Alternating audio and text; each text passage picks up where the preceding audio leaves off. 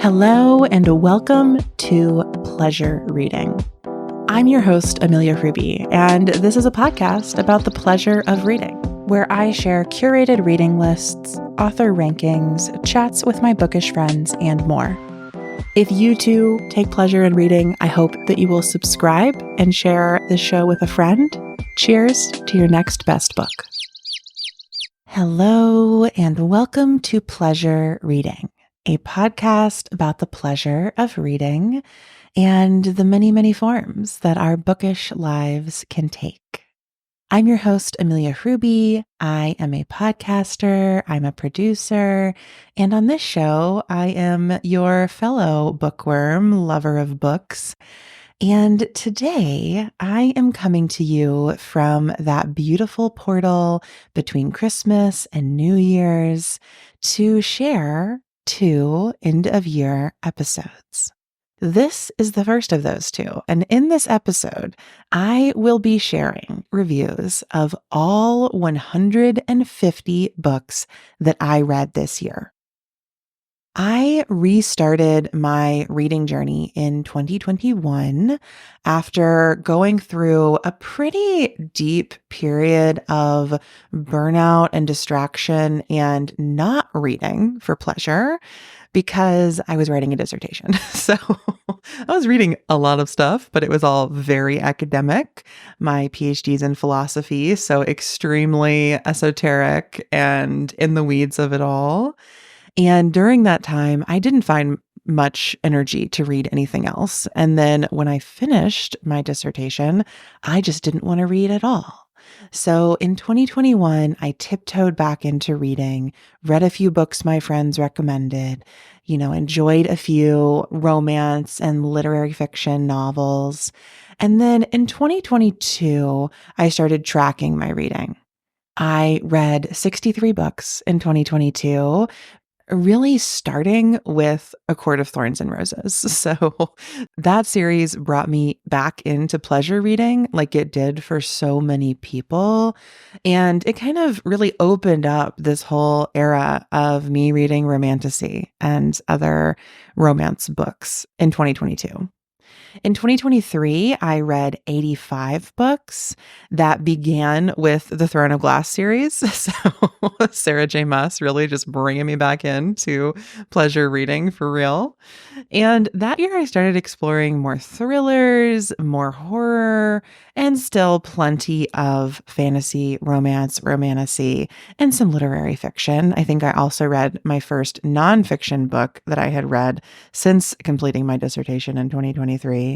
And all of that leads me to this year, where I have read 150 books as of the time that I'm recording this.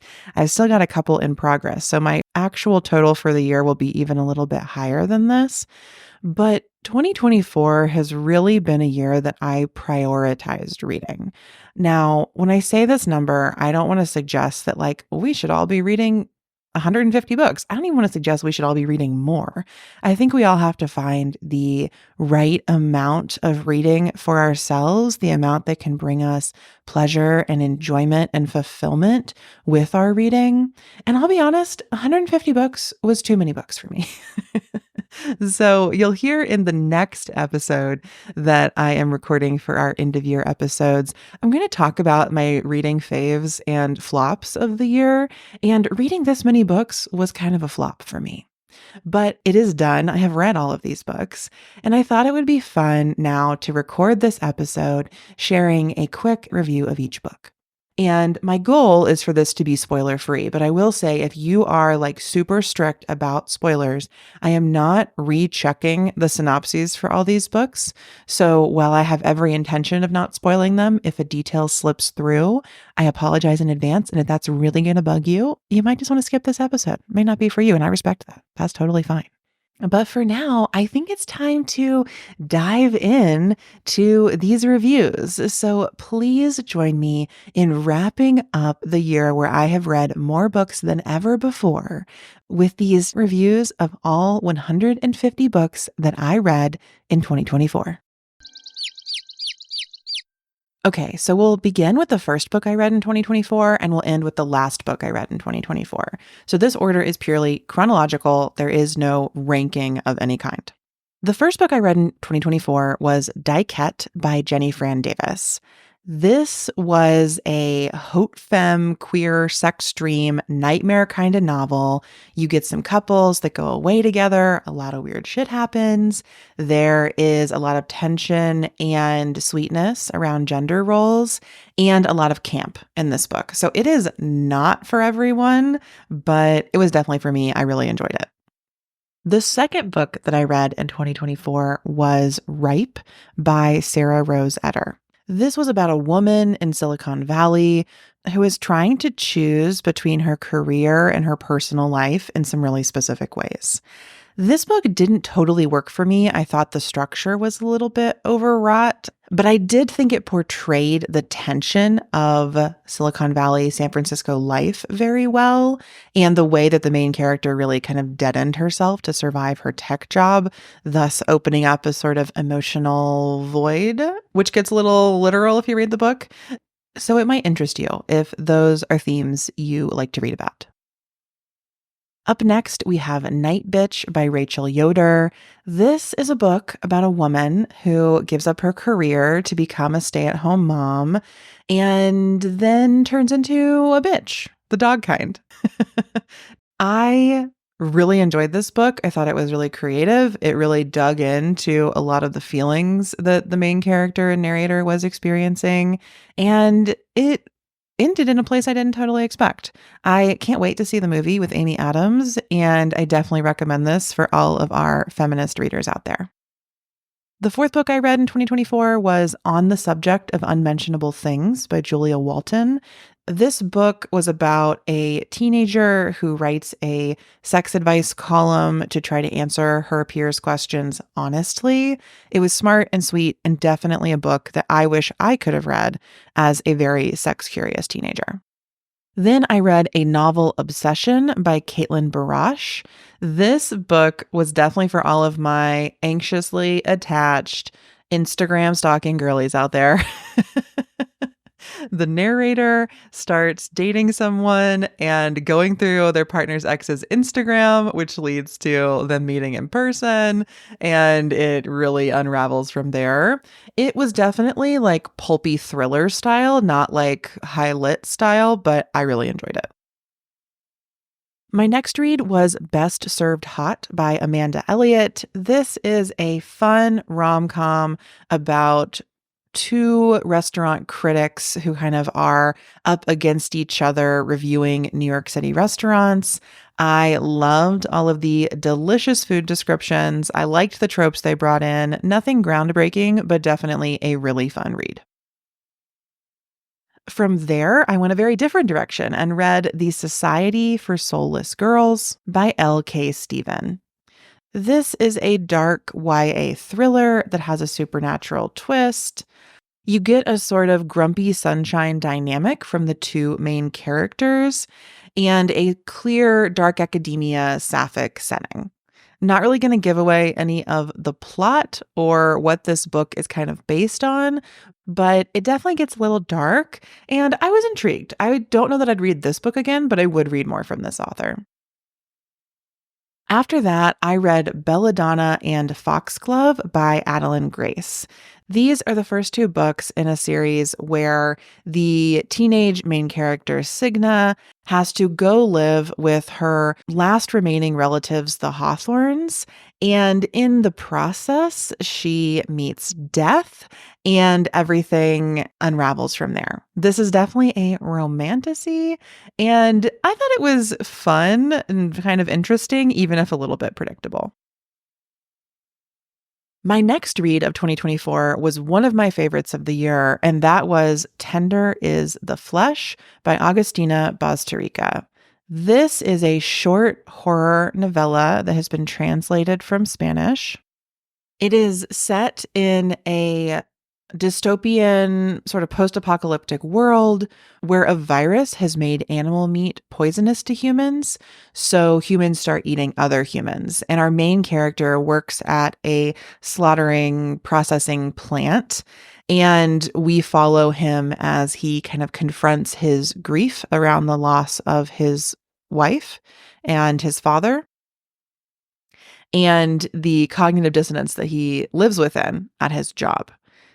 This is definitely not for everyone. You have to enjoy horror and be open to reading about this really challenging topic. But I was pretty astounded at how normal the world felt as I was reading. And I was just really struck by what a skilled writer Agustina Bastarrica is. So highly recommend Tender as the Flesh.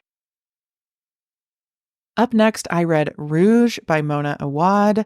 I am a big fan of her most popular book, Bunny, and knowing that Rouge was a critique of the beauty industry, this was a must read for me in 2024. I loved the sort of fever dream quality of this. Our main character, Belle, has to go home because her mother has passed away unexpectedly, and she gets pulled into this sort of like cult question mark that her mother has been taking part in over the past year. There's a lot of cool imagery. There's some very cool jellyfish stuff. Highly recommend Rouge by Mona Awad if you're willing to read some fiction that strays from reality a bit. Going even further from reality, the next book I read was Come Closer by Sarah Gran. This is a very short horror novella that questions whether the main character has been possessed by a demon or just gone through a psychotic break. This is truly like a perfect horror novel to me. We get so deep into the main character's head that we start asking ourselves so many questions. I am not going to give anything away, but if you can handle horror and you like possession themes or setups, you really have to read this book. Okay, now we go into a few romances that I read in 2024. I think after all that darkness, I needed a little bit of lightness. The first of those was Just As You Are by Camille Kellogg. This was a very fun queer romance set in the New York City queer magazine scene. I was a fan, and also I don't totally remember what it's about, so obviously it didn't stick with me throughout the year. After that, I read Business or Pleasure by Rachel Lynn Solomon. I had read her other book, The X Talk, because I liked the public radio setup of that book, so I thought I would give this one a try as well. Business or Pleasure has a pretty bonkers setup, which is that a ghostwriter and a struggling actor kind of meet and sleep together, and then their hookup is very awkward. And she tells him that he's actually not that good in bed, and maybe they should have sex lessons. I can't even say this with a straight face. The premise is really wonky. I definitely felt like this had like every romance trope under the sun in it, but somehow it kind of worked for me as like a solid 3-star romance read. And then finally, in this little run of romance books, I read You Again by Kate Goldbeck. This is a sort of When Harry Met Sally retelling where the genders are flipped. And I really liked it. It was a fun romance read, but I'm not sure I have much more to say about it. After my romances, I read Big Swiss by Jen Began. A ton of people had told me that I was going to love this book, and I don't think it was for me. So the setup is essentially that this woman lives in upstate New York. She works as a transcriptionist for a therapist there. And she becomes obsessed with one of his clients. And so she kind of sets things up so she meets that client in person and befriends her. And it's a little uncomfortable in the process, to say the least. It didn't totally work for me, but it worked for a ton of other people. So maybe you will be one of them. My next read was A Far Wilder Magic by Allison Saft. I really wanted to love this book. I liked the main characters, Wes and Maggie. I liked the magical competition setup. They are competing in a magical fox hunt together. But the world building really fell flat for me in this book. And there was some like heavy religious allegory stuff that just did not land for me personally. So I gave it like 2 stars and don't know if I'd recommend it beyond that. Up next, I read one of my favorite books of the year, Natural Beauty by Ling Ling Huang. In this book, our narrator is an amazing pianist, and she stops playing piano because her parents are in an accident. And so she quits music and starts working for a job in this high-end beauty store in New York City called Holistic. And there is some unsettling stuff happening at Holistic. That our narrator has to uncover and go throughout the story. This is definitely like a dark, surreal, page turning sort of thriller, light horror novel, and I loved it. Highly recommend Natural Beauty by Ling Ling Huang. After that, I read a random Christmas romance in like March, and that was A Holly Jolly Ever After by Julie Murphy and Sierra Simone. I love this Christmas Notch series. It is sexy, it is silly, and I'll talk about it a little more when I review the final book in the series toward the end of this list.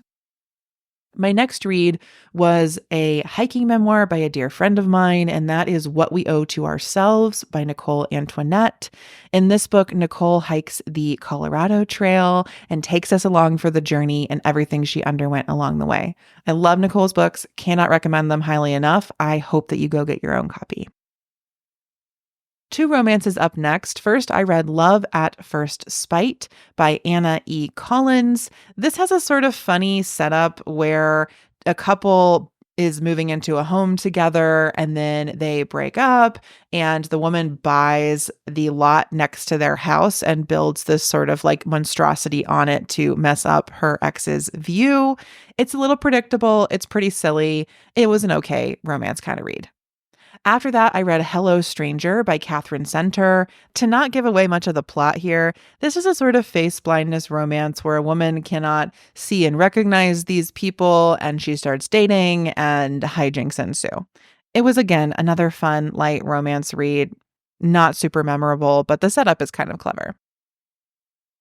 After that, I read These Fleeting Shadows by Kate Alice Marshall. This book really took me on a ride. I enjoyed following the main character, Helen, as she returns to her ancestral home, Harrowstone Hall. But Helen definitely has no clue what's happening for the first half of the book, and neither did I. So if you like a sort of creepy haunted house book, this could be a good read for you, but I don't know that it was necessarily for me. After that, I read a few memoirs and a self-help book. The first was What My Bones Know by Stephanie Fu. This is a really beautifully written memoir about complex PTSD and childhood abuse and trauma. And I really appreciated how the author wrote about her own experiences with clarity and even some like brevity and lightness at times, even though these are really dark experiences. Stephanie Fu is also a podcaster, and there were some ways that she put the book together that, as a podcast producer myself, really felt like they had this sort of like beautiful narrative weaving that I think podcasts do. So I highly recommend What My Bones Know by Stephanie Fu if this is a topic that you feel like you're interested in reading about. After that, I read another memoir, Joy Enough by Sarah McCall. Sarah is a friend of mine, and this book is so beautiful. It explores the grief of losing her mother and of her marriage dissolving, and it's written with just such beautiful, profound prose. I can't recommend it highly enough. I read the whole thing on a flight and just like wept quietly in public, so obviously a good read. Up next, I read this self-help book called Why Won't You Apologize by Harriet Lerner. I was reading this one for some like personal family reasons that I will not get into, and it was fine. That's my assessment. From there, I went back to the world of romance with This Spells Love by Kate Robb. The setup for this romance is that a woman tries to heal herself from heartbreak by casting a spell that erases her ex from her past. But as you might expect, it does not go as planned. And once again, hijinks ensue. This is a fun, magical romance if that's your sort of thing. And I had a nice time with it. Solid 3-star read for me. After that, I read Sadie on a Plate by Amanda Elliott. I had read another one of her romances, Best Served Hot, earlier this year, and Sadie on a Plate is set in the same universe. This time we're back in the New York City restaurant scene with chefs instead of restaurant critics. And there's a really fun setup here that these chefs are competing on a sort of Top Chef-esque show. And there's a forbidden romance trope. Again, so many delicious food descriptions. I am just really into these Amanda Elliott food romance books, apparently, this year. After Sadie on a Plate, I read The Flat Share by Beth O'Leary. This is a romance that I had been meaning to read forever, and I finally got around to it because I wanted to watch the TV show version. So in this book, Tiffy and Leon share an apartment, but Tiffy works days, Leon works nights. So they're literally sharing the same apartment, just like every 12 hours, moving back and forth. And over the course of this shared apartment-ish living, they fall for each other, as you might expect. It's a romance. And even if you know that up front, which I did, and now you do, it's so satisfying to read the whole story. I think this is like beautifully written and plotted, and I really enjoyed The Flat Share by Beth O'Leary. After that, I read Where the Wild Ladies Are by Aoko Matsuda. This was a collection of feminist retellings of traditional Japanese folktales.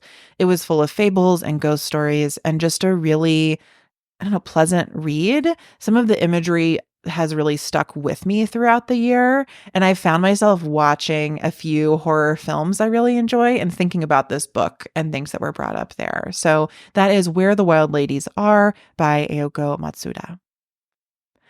From there, I took a left turn, went a totally different direction, and read Ali Hazelwood's new romance, Bride. This is a vampire werewolf romance, and I don't think I need to tell you too much about it because it was one of the Goodreads top romances of the year.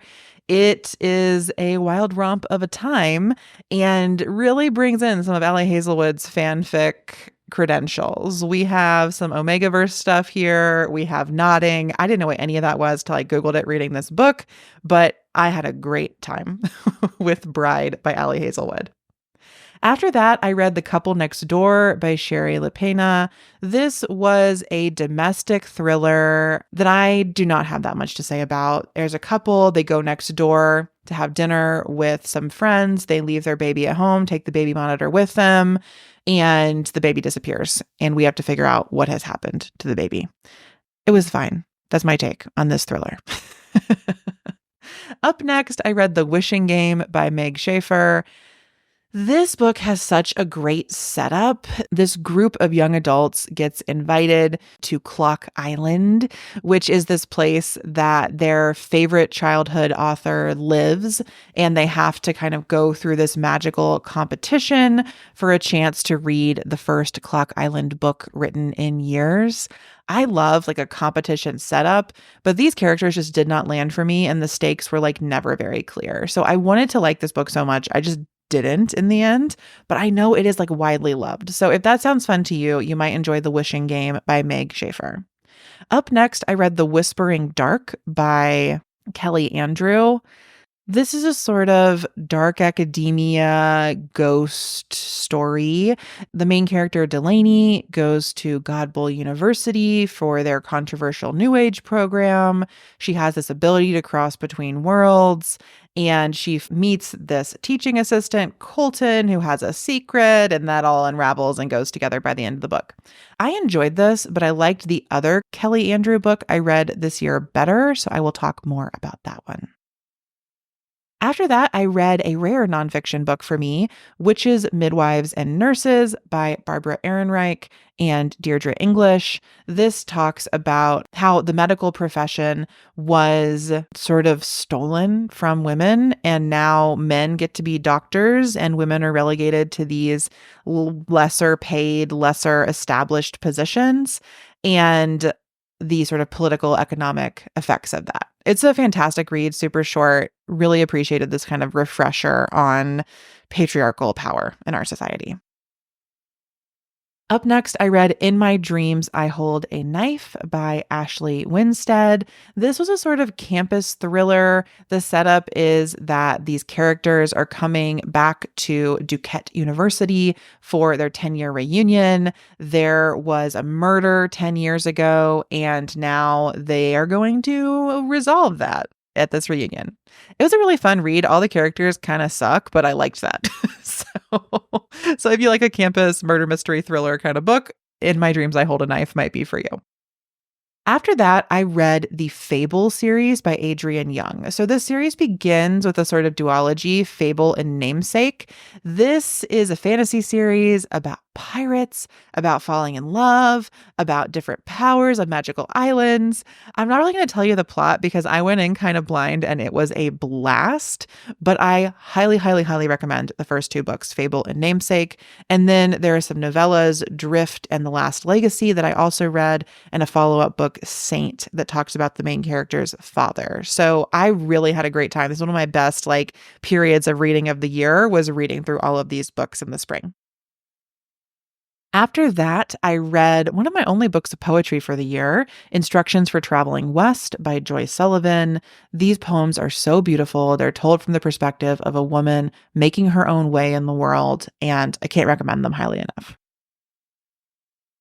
My next read was No Meat Required by Alicia Kennedy. This is a punk feminist exploration of vegetarianism and what it means to live a plant-based life in our world. I really appreciated how political this book was. I think that it had some really good takes on sort of artificial meat products and the ways that vegetarianism is talked about in our society. And I can't recommend it highly enough if those topics are interesting to you. From there, I read Yellowface by R.F. Kuang. This was such a popular book. I felt like I finally had to read it. It explores this story where a white author publishes a book written by her Asian American friend. The book is about Chinese laborers during World War I. And people really question if this white girl could have written that book or if that is appropriate. And the sort of story unravels around the book theft and everything from there. So I thought this was really interesting. And it was a 4-star read for me. Highly recommend if you love internet drama, publishing industry insider stuff, and critiques of racism in our literary world. Definitely my kind of read, and I had a great time with it. Up next was Better Than the Movies by Lynn Painter. This was a saccharine YA romance that was fun. I really don't have much more to say about it. This was a good time. It was very sweet. There is some cringy dialogue, very Hallmark movie style, but if that's for you, you'll probably love all of Lynn Painter's books. After that, I read The Banned Bookshop of Maggie Banks by Shauna Robinson, another romance that didn't totally work for me. I love a bookish setup, but the characters' actions didn't totally make sense to me in this one, so not the highest on my list for the year. In contrast, the next book I read, Bodywork by Melissa Febos, was one of the best books I read this year. This is a series of essays on the craft of writing. Melissa Febos is a brilliant writer, and I just can't recommend this book enough if you are a writer yourself. It is a must-read, Bodywork by Melissa Febos. My next read was a memoir of sorts called Life Would Be Perfect If I Lived in That House by Megan Daum. This was an interesting sort of review of the different houses that the author has lived in this sort of very Gen X sense of I must own a home to be an adult in the world. I think it felt a little flat for me. It felt very of a time that I am not of, but great title, right? Such a good title. After that, I read 2 romances by Annabelle Monaghan. I read Nora Goes Off Script and Same Time Next Summer. I think that Annabelle Monaghan really writes these female leads that are so real, so funny. They're imperfect. They make bad jokes. They do weird things, but I am so on board with it. And I also appreciate that her characters are a little older. They're a little more established. They often have kids. I would definitely recommend both of these books if you are a romance fan. My next read was selected right off of the $5 table at the Barnes & Noble Cafe, and that is Liar's Beach by Katie Cotugno. This is a sort of Agatha Christie-esque YA mystery set in the Hamptons. Somebody dies, and these 2 teenagers are going to figure out what happened. It was a pleasurable, pulpy sort of summer read, if that's your thing. After that, I read The September House by Carissa Orlando. This is a haunted house story about a woman who is determined to continue living in her dream home, even after it becomes this like haunted nightmare. There are ghosts everywhere, weird stuff happens. Her daughter comes to try to see if she's okay and also find out what has happened to her dad. And a lot happens from there. This book didn't totally land for me. There were some plot lines that I thought were underdeveloped, but it's an interesting read for sure if you're a haunted house fan. After that, I read Your Blood, My Bones by Kelly Andrew. This was the Kelly Andrew book that really stuck with me this year. The premise is that our main character, Wyatt, has just inherited the farmhouse she grew up in because her father has died. It's hers now. And she is going back there to burn it to the ground. She doesn't want this place to exist anymore. And when she's doing her final walkthrough of the house, she finds her childhood best friend, Peter, chained up in the basement, which is wild. Like, whoa. And this is definitely a supernatural horror book. So I don't want you to think that this is just like a weird true crime setup. It's not. We go a whole supernatural direction with this. And this book is technically called YA, but it was the darkest thing that I read this year and definitely a propulsive plot. So one of my fave reads, but definitely only for you if you are into a dark supernatural thriller horror vibe. After that, I was really craving like an urban fantasy mass market series. So I read Night Mist by Yasmin Gilnorn. This was like a fun book with fairies and vampires. It's part of her Indigo Court series. And I proceeded to read all 5 of them, even though at this point I'm not sure I could tell you what happened in any of them. There's like a cool house in the woods. There's some winter. They go on a quest to find like the heart of a fairy or something. That's what I remember. It was very pleasurable, but definitely that sort of like early aughts mass market fairy urban fantasy vibe.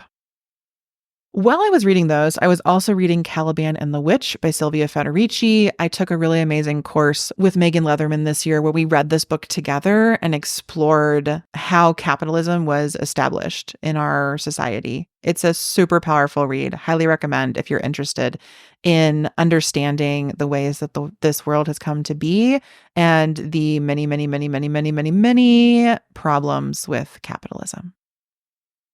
My next read was a totally different flavor, and that was Funny Story by Emily Henry. I'm a big Emily Henry fan, and I was always going to read this book.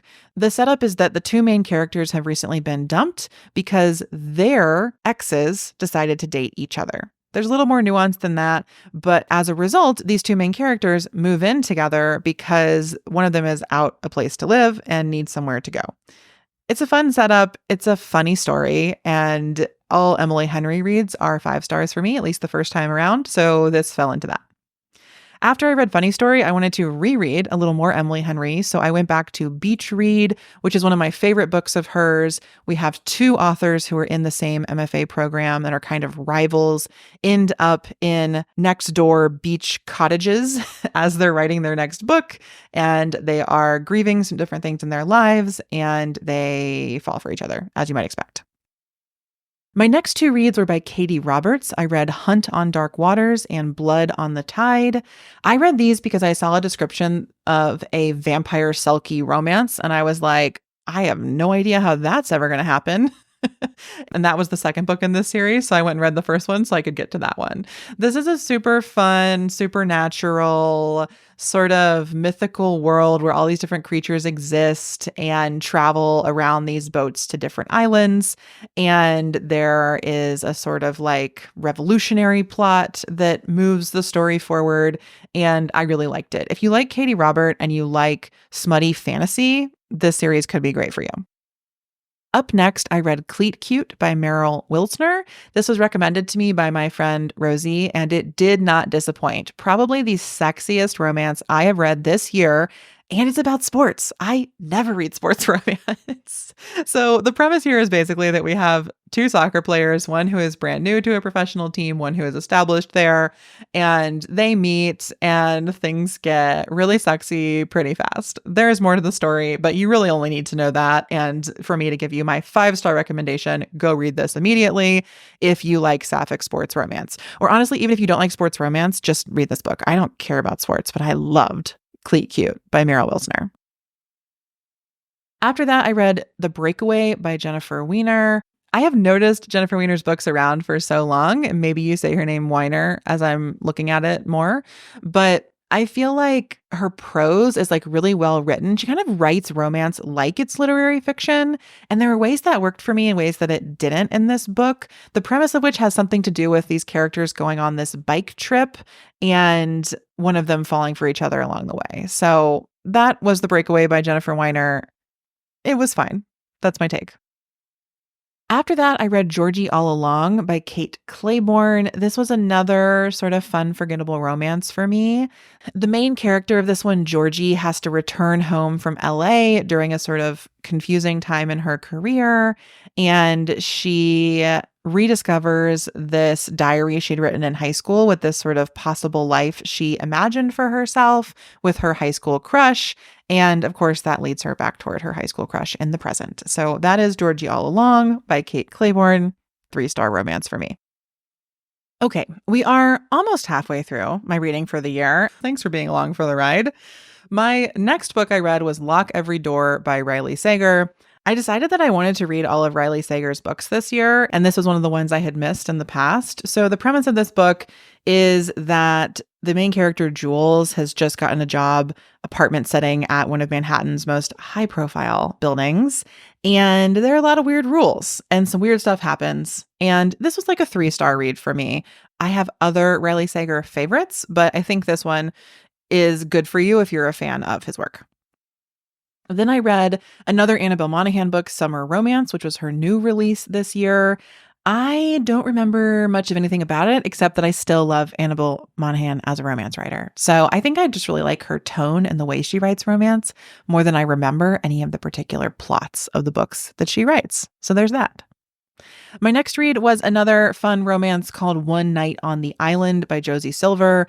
I'm a big fan of Josie Silver's Christmas romance, One Day in December, and this seemed like the same sort of vibe. We have two people who travel to this remote, I think Scottish island to stay in this cabin, and they realize it has been double booked and they have to stay there together, and the book happens from there.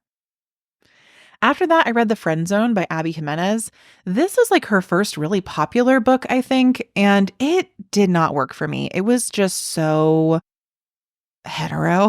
I don't know a better way to say that, but like the main characters were like firemen and they were very macho. And the main lead was like a sort of girl boss building her own business from home.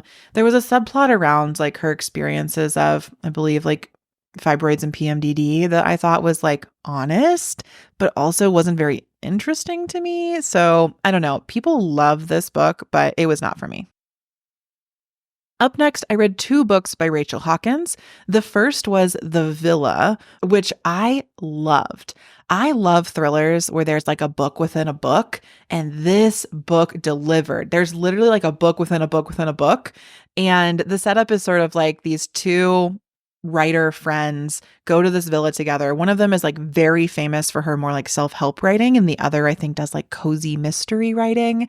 They go to this villa that the self-help rich friend has booked for them in Italy and are trying to write a book together, but there's this mystery at the house and things that happened there in the past, and I really liked this. Like I liked it enough that I read it from the library and then bought a copy of it for myself.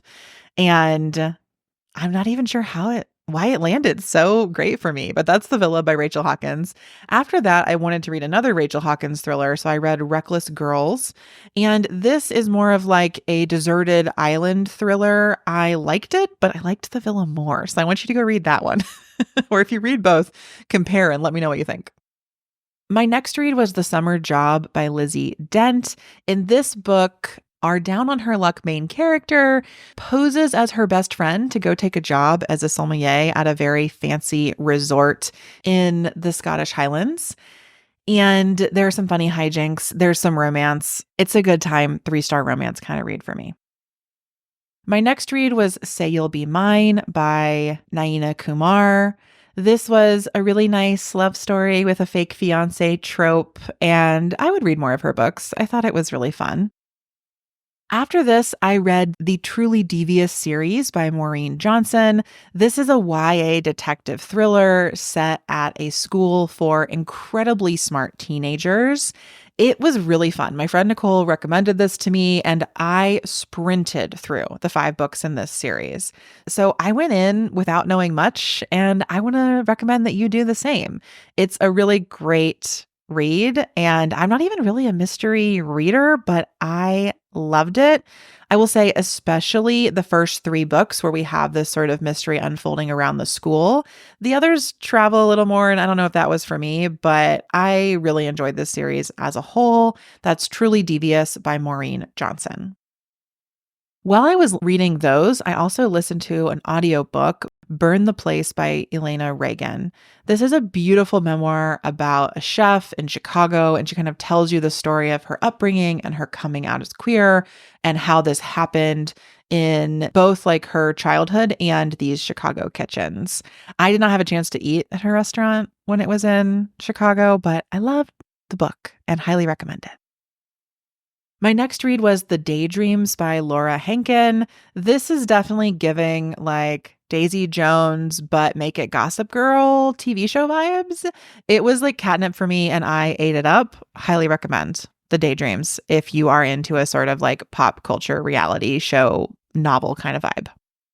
After that, I read One Star Romance by Laura Henkin. This has a really fun setup where our main characters meet because their respective best friends are in a relationship and they have like a very flirtatious relationship. But then one of the main characters finds out that the other has written a 1-star review of her first book. So now they're feuding and this has to play out over the course of the book, which was super fun to watch happen. And then, I forgot that I did this. I read another Laura Hankin book. So I read 3 Laura Hankin books in a row. I was really intrigued by the fact that she like wrote these really sort of different types of books. We have The Daydreams, which has more of like a group of friends, pop culture sort of vibe. We have One Star Romance, which is much more attempting to be an enemies to lovers romance. And then I read A Special Place for Women, which I included in my Girl Boss Influencers episode, the very first episode of this show, because it's about this sort of the wing-esque co-working space for women in New York City and this woman who infiltrates it as a sort of undercover reporter and what unfolds from there. Okay, moving right along. My next read was Our Wives Under the Sea by Julia Armfield. This is a very popular and I think very like deservedly read queer horror about this woman whose wife goes on these undersea expeditions and one day she goes missing and the whole crew is missing for weeks and then they return and her wife is not how she used to be.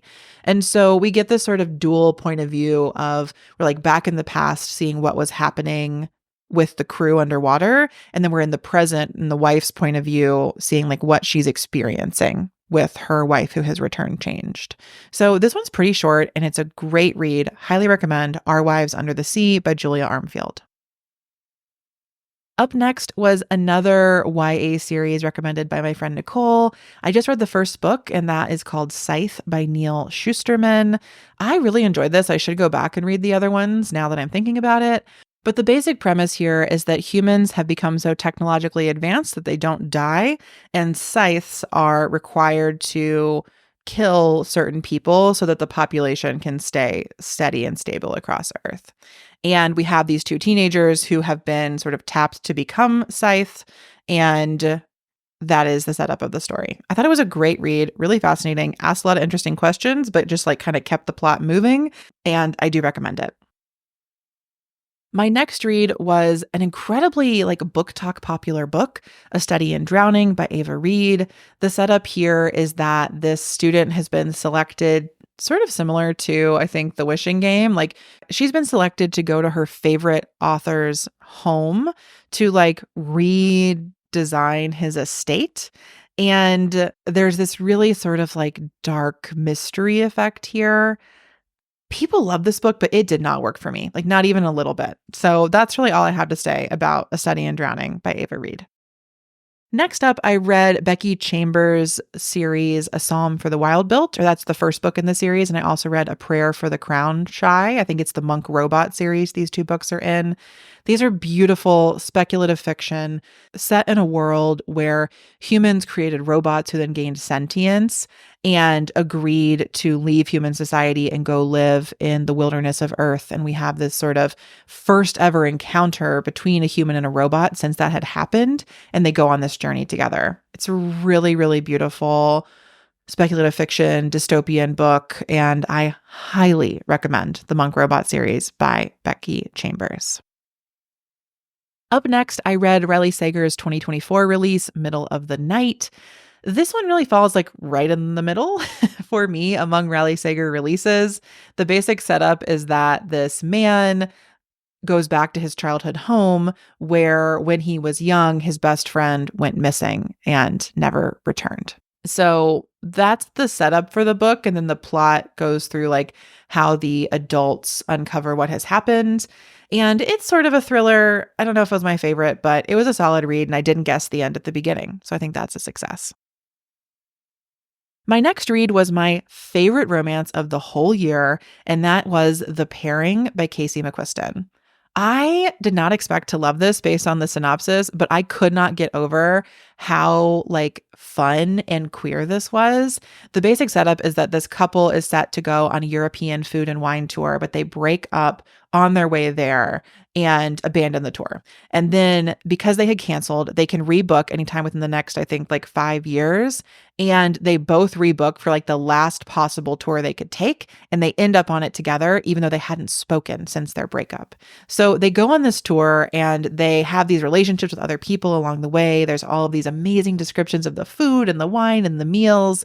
Like as somebody who loves like restaurant culture and traveling and queer relationships, like this book was just made for me and I adored it. 5 out of 5 stars for The Pairing by Casey McQuiston. After that, I read Chain Gang All-Stars by Nana Kwame Adejei-Brenya. And I had read their short story collection, Friday Black, previously and loved it. And the premise of this novel is basically like, what if prisons had a sort of gladiator meets wrestling setup where people could compete to the death and potentially be released from prison? That's the setup of the book, and it is a hard-hitting political commentary. It's a fantastic novel, and I can't recommend it highly enough. It was recommended to me by my friend Lily, and I'm so grateful that she got me to read it this year. Okay, friends, we are 2/3 of the way through. 50 books left. Let's see how quickly I can get through these. My next read was This Summer Will Be Different by Carly Fortune, and my 10-second review of this book is that it's a perfectly pleasant summer romance. 3 out of 5 stars. Would recommend if you're looking for something that really hits that summery, I think this is specifically Prince Edward Island romance style, and I don't know if there's much more I need to say about it. After that, I read Cursed Bread by Sophie McIntosh, and this was a really fascinating fictionalized story of this village where everyone died of poisoning and nobody quite knew how. And we sort of get this point of view around the baker's wife. And I read this like in an afternoon and just remember being really struck by like how novel this novel was. Like I really enjoyed it. It was different than anything else I read this year. My next read was American Mermaid by Julia Langbin. In this book, a writer and teacher named Penelope writes a novel that becomes really kind of surprisingly successful. And so she moves to Hollywood to write the screenplay so that the book can become a movie. And she kind of unravels while she is in California, and it's a little bit surreal. I enjoyed it, but I kind of wish it had been like 30% shorter. I think it could have been tightened up overall. After that, I read the sequel to Liar's Beach, which I had read earlier in the year, and that was called Hemlock House by Katie Contugno. I was just really interested in the main characters. We have this sort of teen detective named Holiday and her sort of more like preppy, jockey friend, and they go off to college in the second book, and they have a new mystery to solve. And I liked it, but I don't think I'll keep reading the series. It just wasn't quite for me. I kind of got my fix of YA early in the year and was ready to move on by this point. Although I say that, and I'm about to tell you about another YA series I loved, so who knows? After Hemlock House, I read A Novel Love Story by Ashley Poston. I love her brand of like magical, surreal romance. The setup for this book is that a woman finds herself in her favorite fictional town from this romance series that she loves, and she falls for somebody there. And that is just like such a perfect book idea. But I'd say like the execution of it only kind of worked for me in this book. So I adore The 7-Year Slip. That's definitely my more favorite read from Ashley Poston. Up next, I read Slow Dance by Rainbow Rowell. She is such a beloved writer, and she's local to me, being from Omaha, and I live in Lincoln, Nebraska. And I liked how honest this book was. Like, it felt like how two people would actually fall in love. But it also just, like, didn't quite sing for me. I think I gave it, like, 2 out of 5 stars, but I saw a ton of people love it this year, so it could be the right romance for you if you're looking for just a book about 2 adults falling in love and the challenges they face along the way. It was just so honest. That's the best word I have to describe Slow Dance by Rainbow Rowell. My next read was a book I read for my business book club called Beloved Economies. This is a sort of social experiment where these 2 writers really explored like different businesses and how they take care of the communities that they support. And it definitely like gave me some good ideas for my business. So I think it's good if you're a business owner and you're interested in thinking about how to better embed care in what you do and the way you work, you might enjoy Beloved Economies. And they also have a great website that walks through a lot of the stuff in the book if you want to check that out first. Up next is another Carly Fortune romance, Every Summer After. I think the reason I'm like, I don't have much more to say about these books is because I cannot remember the difference between these 2 books. They make a great pairing if you're like, I need summer romance. Go read Every Summer After, and this summer will be different. They're great. I just don't know that they're super memorable. Sorry, Carly Fortune. I really like your work. I just can't remember it. My next read was Invincible Summer by Alice Adams. I was trying to do a whole summer romance theme that you might catch on to here. This one follows a sort of group of college friends and the different sort of summer trips they take together over the years. It's very like one day meets reality bites and maybe like a dash of industry thrown in. We have some like London finance stuff. I liked this, but I think I wanted a summer romance and it didn't like live up to the summer of the title. Like Invincible Summer was more about like their youth, not about like summer itself, which is like nothing against the book. It just meant that it wasn't quite what I had in mind. Up next, I read 2 thrillers. The first was First Lie Wins by Ashley Elston. This is definitely one of the most popular thrillers of the year, and I really enjoyed it. The setup is basically like this woman is living under a false identity and her boyfriend, fiance doesn't know, and she has to figure out how she's going to move forward from there. And it had a twist that I did not guess, so that's always a plus. And I normally don't like fake identity books, but I kind of got into this one. So would recommend First Lie Wins by Ashley Elston as like a popcorn thriller anytime you're looking for one. After that, I read The Only One Left by Riley Sager. Again, I was really trying to get through all my Riley Sager this year, and this is like one of the few I had not read. The premise for this definitely has to do with an older woman who is kind of the town outcast for a variety of reasons, mostly to do with her family dying. And she is living in this house by herself. And we have our main character, who is sort of also a town outcast, live-in nurse that goes to live with her. And a whole lot of drama unfolds from that. Like, I did not expect where this book was going. I don't know that it totally landed for me, but I like reading Riley Sager books, even if I don't love every one of them. So that was The Only One Left by Riley Sager. After that, I read the Natural series by Jennifer Lynn Barnes, and I loved this series. Let me tell you, if you want Criminal Minds to be a YA series of 5 books that you can devour in a weekend, this is what you want. That was not something I ever thought I wanted until I read The Naturals, and I was like, please, please, please give me more of this. So the basic setup is we have these teenagers who are kind of recruited by the FBI to solve these like serial mysteries. And like that's all you need to know, plus my glowing 5-star recommendation, particularly for the first 3 books. This series made me convinced that I want to read everything Jennifer Lynn Barnes writes, and I will be doing more of that in 2025. Up next, I read Honey by Isabel Bonta. This book is kind of about a pop star. This continued my sort of pop star celebrity culture reading trend of 2024. It follows the rise of this fictional singer, Amber Young, as she navigates fame in the late 90s, early aughts. If you are a Britney Spears, Christina Aguilera, Jessica Simpson fan, you will probably like this book. I felt like the 3 main characters were directly mapped onto those people, essentially. So fun read if you're into that nostalgia.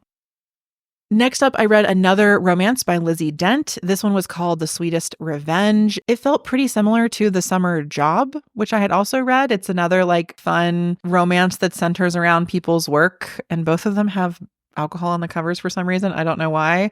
But I'll be honest that I think because Summer Job had that beautiful Scottish Highlands setting, I remember it more than I remember The Sweetest Revenge. So I'd probably recommend The Summer Job over this one. My next read was Under the Influence by Noelle Crooks. I also talked about this one in my first episode of the show on Girl Boss Influencers, so I'm going to recommend you go there to hear what I thought about it. After Under the Influence, I read The Midnight Feast by Lucy Foley. I have been such a Lucy Foley fan, but this book just did not land for me. I felt like the twists were too convenient. The characters didn't hook me enough. I don't know. This one just didn't quite land. Sorry, Lucy, I love your work. The Midnight Feast was just not for me. In contrast, my next read was a mystery thriller by an author I had never heard of, and I thought it was fantastic. So up next, I read The Violin Conspiracy by Brendan Slocum. This is a book about a violin prodigy, this young Black man from, I believe, Central North Carolina, and he discovers a family heirloom, which is this incredibly expensive violin, and there is this legal battle about who owns it and what goes on, and then the violin goes missing, and that's the sort of propulsive point of the plot. So I thought this was so well written and really well done, and it is a fiction novel, but some of the details draw from the author's own life, which I really appreciated. My next read was a very, very, very popular, well-loved book that I did not like at all. And that was A Good Girl's Guide to Murder by Holly Jackson. This series is so beloved, and I read the book because I wanted to watch the show, but I think true crime is just not for me, even fictionalized true crime like this was. So basically the setup is that these teenagers have died, and this girl who is a few years younger than them is creating a podcast to uncover what has happened. And I just didn't feel it. I didn't like it.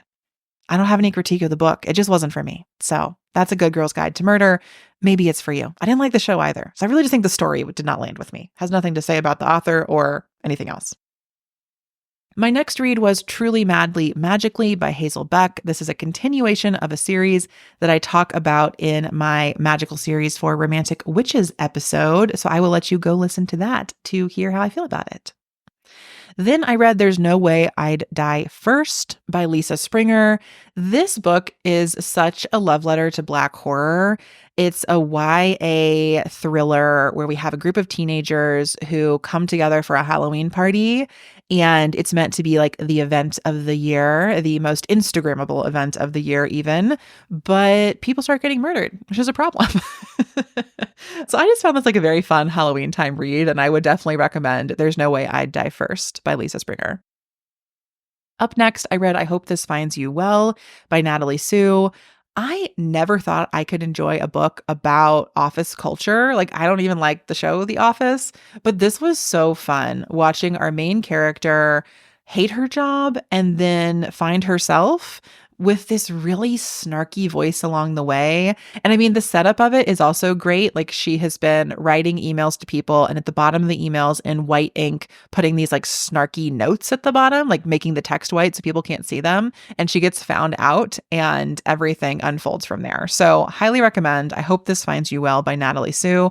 I didn't read anything else this year quite like it, which is great among 150 books that I did read.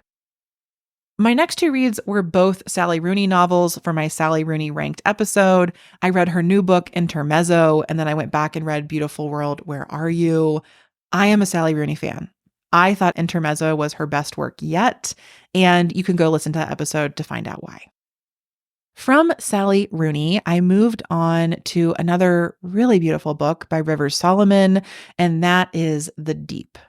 This book is about a sort of myth that enslaved African women who were thrown overseas on the Atlantic slave trade were rescued by whales to some degree and gave birth to a new race of essentially mermaids. There's some nuance there that I'm glossing over, but the story is about ancestral lineage, it's about memory, it's about humanity, and it is so, so profound. So I highly recommend The Deep by Rivers Solomon. After that, I read The Woods All Black by Lee Mandello. This is a historical queer horror that I did not know what to expect. And for the first 2/3 of the book, I thought I was just sort of reading this spooky historical story. And I was like, yeah, fine, okay. And then it went off the walls. I talked about this a little bit in my Creature Features episode, so you can go hear more there. But let me tell you, I did not expect where this book was going. And by the end, I was like, yeah, give me more. I need to go read everything Lee Mandello has written because I just love to be surprised by a story. Even if I was also a little confused, a little overwhelmed, grossed out even at times. And I was like, all right, this is just what we're doing. I'm going to keep reading. So that's The Woods All Black by Lee Mandello. After that, I listened to maybe my first audiobook of the year, and I guess my second audiobook of the year, and that was Two Can Play by Ali Hazelwood, which is a Spotify exclusive audiobook about these two video game designers and the romance that they have. It was super fun to listen to. It's pretty short as far as audiobooks go. And let me tell you, I was walking my dog listening to these sexy, smutty scenes, and it felt inappropriate to be in public. So that's my warning before you listen to Two Can Play by Ali Hazelwood. After that, I read two very different vampire books. The first was So Thirsty by Rachel Harrison, and the second was Night's Edge by Liz Kieran. I read these for my Creature Feature episode, which you can go listen to. I would say So Thirsty is for you if you want a sort of funny Thelma and Louise vampire-esque story. And Night's Edge is for you if you're more into a sort of 28 Days Later, mother-daughter vampire virus story.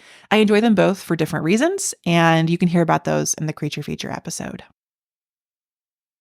After that, I read An Academy for Liars by Alexis Henderson. I was the first person on the holds list for this when it came in at the library, and I was very excited to read it because I was a big fan of House of Hunger by Alexis Harrison. And this book was included in my Dark Academia episode. It was not my favorite Dark Academia read. The general setup is that you have a school where everyone is being trained in the magic of persuasion, which is where you persuade people to do things that you want them to do, with some more nuance. You can also persuade people to not realize a certain space exists, or it's much broader than simple manipulation. But I think that the plot was a little meandering. I don't know that it landed, and I've seen that the general consensus of people did not like this book. I liked it, but it was a sort of 3.5-star read for me this year. My next read was You Belong by Sebene Selassie, who is a friend and colleague of mine and someone I really admire. I had owned her book for a while, but I read it on a flight in the fall and just really appreciated her approach to meditation, to Buddhist philosophies, and to understanding the structures and systems of oppression that we live in and how we can still work for inner personal liberation among that. And I really enjoyed what her writing about love and belonging throughout the book, and definitely highly recommend You Belong by Sebene Selassie. Up next, I finished 3 series that were witchy romance series. And I have to tell you, I did not like the endings of any of them. It was so disappointing. So I read Rise and Divine by Lana Harper, Not Your Crush's Cauldron by April Asher, and then The Wedding Witch by Erin Sterling. And these were the final books in 3 of my favorite witchy romance series. And I didn't like any of them. So I'm not really going to talk much more about it. I highly encourage you to go read the first books in those series. Payback's a Witch by Lana Harper, Not the Witch You Wed by April Asher, and The Ex-Hex by Aaron Sterling. I loved those books, but I don't know if you need to complete the series because these just did not land for me at all. They were all like 1.5 or 2-star reads. After that sort of romance letdown, I read a few creepy books to get me in a different mood. I read The Twisted Ones by T. Kingfisher, which I loved. I loved this book. It was so dark. It was so spooky. And I will admit, maybe part of the reason I loved it so much is because it's set in this sort of haunted house space, eldritch horror vibe that is named or meant to be about 30 minutes from where I grew up in North Carolina. So when T. Kingfisher describes the setting, I'm like, oh, I know this area, like, know this area. And I think that just gave me this like personal buy-in to the plot, which is essentially that this main character has to go to her grandmother's house to clean it out after her grandmother has died. And her grandmother was like very mean and did not have a good relationship. So she like doesn't really want to go. It's a lot of work. She's like basically a hoarder. And while she's there, these like spooky things start happening and she like uncovers this whole other like supernatural world. And she works with the neighbors and they have to go there and like a lot of cool stuff happens. So that was The Twisted Ones by T. Kingfisher. 5-star read for me. I read another 5-star read right after that, We Used to Live Here by Marcus Kluwer. This has been one of the most popular books of the year. I've seen it everywhere. And the setup is basically you have this queer couple who has bought a house as like a fixer-upper. They're going to flip it and they're living in it and working there. And this family arrives in the middle of a snowstorm or the beginning of a snowstorm, really, when they get there. And the father's like, I grew up in this house. Can I come in and look around? Would that be okay with you? And only one of the main characters is at the house at the time and she like tries to say no, but eventually she relents. And once they come in, they don't really leave. And I thought it was going to be like a spooky domestic thriller vibe, but this was so much more than I expected. So highly recommend We Used to Live Here. I don't want to tell you anything else because I don't want to spoil anything about it. After that, I took a slight dip in romance again and I read Role Playing by Kathy Yardley. I really liked this romance because it featured a empty nester mom, a single mom whose child has just gone off to college. And she meets somebody playing video games and they come to find out they have some mutual friends. And it's just like a really heartfelt, fun romance that kind of takes place in like this like age range and this like discussion of sexuality that I don't see in a lot of contemporary romance. So I really liked Role Playing by Kathy Yardley and would recommend it. After that, I read the Deadly Education series, or I read the Sholomance series that starts with A Deadly Education by Naomi Novik. I love this series. It was probably my favorite read of the year. I talked a lot about it in my Dark Academia episode, so I'm not going to get into it here, but go read this series. I can't believe it took me so long to read it, and I loved all of the books. I'm obsessed with the main character, Elle. I'm obsessed with her powers and how she grapples with them. I'm obsessed with how they try to bring a sort of democratization of magic across the world that this is built in, and I plan to reread it. So highly recommend the Sholomance series by Naomi Novik. It starts with A Deadly Education, then The Last Graduate, then The Golden Enclaves.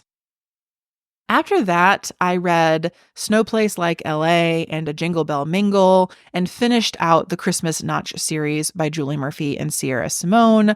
I love this series. It is so smutty. It is so silly. The general premise across the series is that you have this sort of Hallmark-esque channel has hired this director and these actors to make a series of Christmas movies, but it turns out through some hijinks that they are all adult film stars.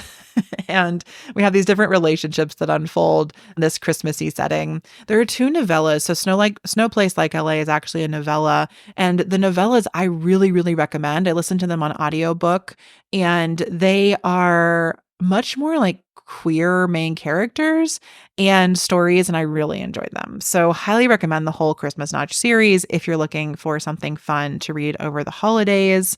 I also did some as like a Christmas in July reading, which I really enjoyed. So, you can do these any time of year. Up next, I finally read The Fourth Wing by Rebecca Yarros and the follow-up Iron Flame. These books were so hyped, and I wasn't sure how I was going to feel about this sort of Basgiath War college dragon stories, but I really enjoyed them. They were such a fun read. I read them with my sister-in-law, Michelle. Shout out to you. We had such a good time talking about them together, and I don't really feel like I need to recap them for you. You can go watch like a million YouTube videos if you're interested. But I did talk about them in my Dark Academia series. So that is Fourth Wing by Rebecca Yarros. I am super excited for Onyx Storm to come out. I'm actually going to a midnight release party at my local bookseller, Sower Books in Lincoln, Nebraska. So I look forward to being there and celebrating the third book in the series. Like, it's just fun to be a part of a super popular series like this. Like, I don't need to be a hater. I don't need to claim this as like a 5-star perfect read, but like, it is so fun to be around this like big group of people loving a book together. Like, why wouldn't I want to do that? Okay, we are down to my last 10 reads of the year, I think. Last 12 reads, sort of. So up next, I read Vicious by V.E. Schwab. This is the first book in a duology about these college roommates who discover superhuman abilities, and some really bad things happen after that. And it just didn't quite land for me. I wasn't the biggest fan of this one. I didn't finish the duology, and I will be moving on to some other V.E. Schwab reads in 2025. I also read The Atlas 6 as a part of my Dark Academia series reads. And I read the follow-up, The Atlas Paradox, and then I DNF'd the last book, The Atlas Complex. I loved The Atlas 6 so much. I like raved about it in my Dark Academia episode. I loved it. But I did not like where it went from there. I have to admit, this series really let me down. I was not a fan by the end. So that was a real bummer to discover. And at the same time, I will be reading more Olivia Blake in the future. Up next, I have 2 Christmas romances that I talked about in my Christmas romance episode. The first was Set the Record Straight by Hannah Bonham Young, and the second was Make the Season Bright by Ashley Herring Blake. And I liked them both, and you can hear about it in the Christmas Romance I Actually Like episode. After that, I read some spookier books. I read Night Watching by Tracy Sierra, which is a winter thriller. I'm working on a winter thriller episode for the start of 2025. So I don't want to say too much about this book. I had mixed feelings about it, and I will talk about them in a future episode.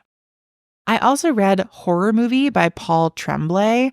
I really like this book. I love books about films, just like I love a book within a book within a book. I love books about making movies. So it felt like this was really like set up for me.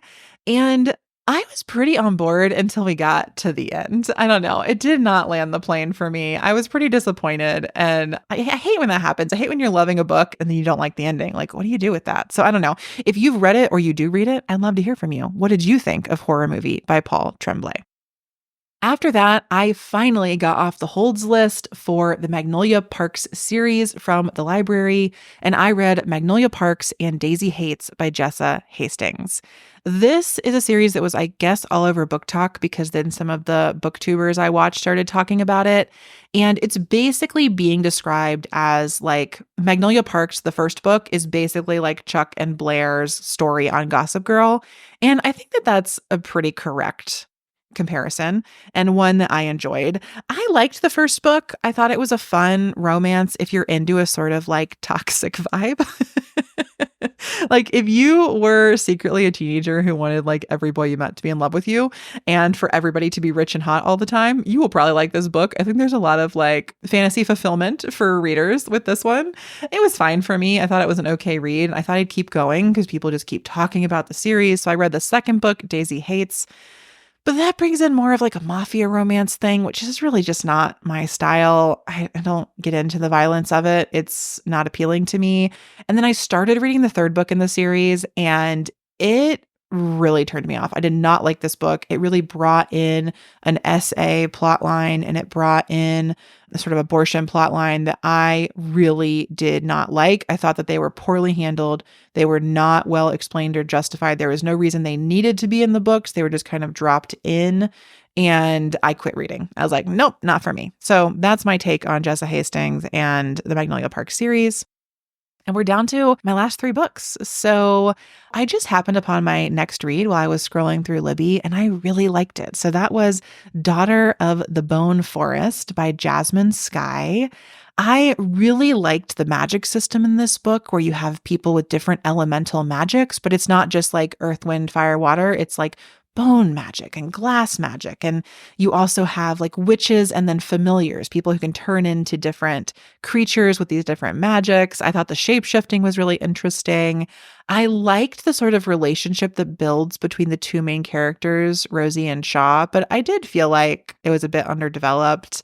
And I also felt like the pacing of the book was a bit off. So I don't know. I gave it like 3.5, almost 4 stars. It was a fun read for me. I will definitely read the second one when it comes out. But I think maybe part of the magic is just that like I found it unexpectedly and enjoyed it, which is like kind of fun for me when that happens, as opposed to a lot of these books I like heard about forever before I read them. Okay, last 2 books of my year. Just this past week, I read The Astrology House by Corinne Jade. This is a debut thriller, and it is for all of my astrology-loving girlies out there. Like, if you want a popcorn thriller that's going to talk to you about rising signs and bring in some tarot cards, I was really all in for the first 2/3 of the book. I think the big reveal fell kind of flat for me, but this was still like a 3-star read, and it was a very fun time. And then finally, my reading year wraps up with a Christmas romance and kind of my favorite Christmas romance of the year. And that was All I Want Is You by Fallon Ballard. The premise of this book is that we have 2 writers who were in like a critique group together and fell in love and then broke up the year that their debut books come out. And the guy in this relationship becomes super famous and the girl like continues writing romance, but like does not have as much success. And years later, she is asked to give him an award at their shared publishers like gala, holiday gala. And so she goes to give him this reward. And as you have it, they get snowed in at the place the award ceremony is happening.